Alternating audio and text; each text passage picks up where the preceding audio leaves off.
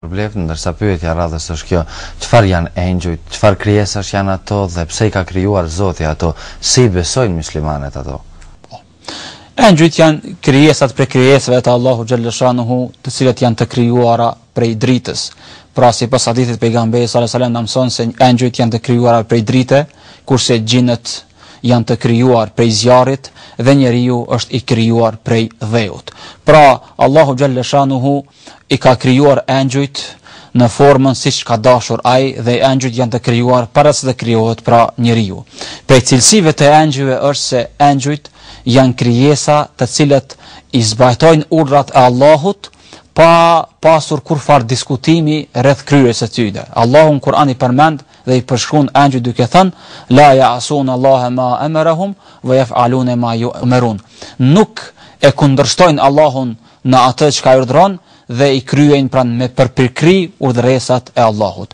Për cilësive të engjujve është se ata nuk kanë vullnet të lirë, sikurse që është njeriu me zgjedh. Pra ata vetëm kryejnë, nuk e kanë në përbërjen e tyre epshin, që do të thonë çdo veprim që e bëjnë, veprimi i tyre është adhurim. Çdo punë që e bëjnë drejt për së drejti me urdhrin e Allahu xhallashanuhu.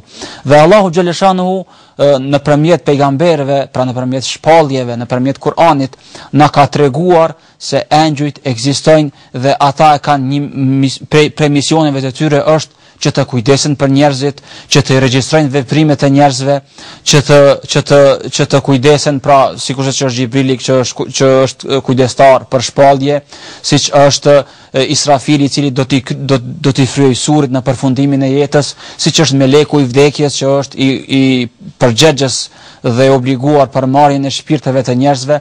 Pastaj kemi melekët që do të na pyesin në varr kur do të vendosemi, pra pas vdekjes son, melekët cilët kujdesen për xhehenemin, melekët cilët kujdesen për xhenetin.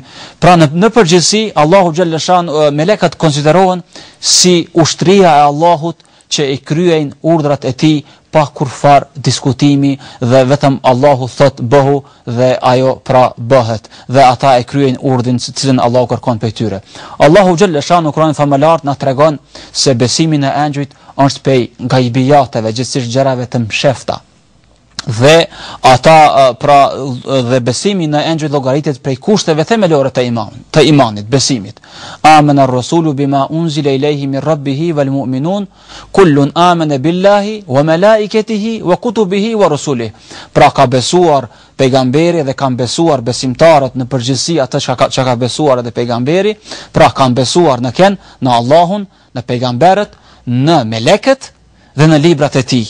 Pra besimi në melekët llogaritet prej kushteve themelore të besimit islam dhe prej cilësive po ashtu të melekëve të kthehemi tek cilësitë e tyre është se ata nuk kanë gjini, pra sikurse që është një parafiturim apo një paragjykim, po një mendim i gabuar që është i përhapur tek njerëzit se melekët janë të gjinisë femrore, asesi, pra melekët nuk kanë gjini, por me dëshirën e Allahut, me urdhën e Allahut, ata mund të shndrohen në formën e njeriut, siç është shndruar Xhibrili alayhi salam kur ka ardhur me i shpjegue muslimanëve, pra shokëve të pejgamberit, sahabëve, dhe ka pyetur pejgamberin çka është Islami, çka është imani, çka është ihsani, dhe ky njeri, pra Xhibrili ka qenë i personifikuar në formën e një njeriut. Prandaj në përgjithësi muslimanët besojnë në engjujt, besojnë se ata janë krijesat e Allahut, të cilat janë të krijuara që të adhurojnë Allahun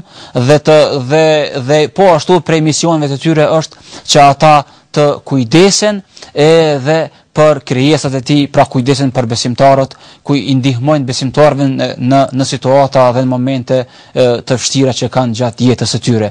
Dhe kjo, pra besimi në engjujt, pra siç më herët janë të krijuar prej drite dhe ata janë të padukshme. Mirpo prezenca e tyre vrehet në atë çka na kallzon dhe çka na tregon dhe çka na shpjegon neve Kur'ani famëlar dhe hadithe pejgamberit sallallahu alaihi wasallam.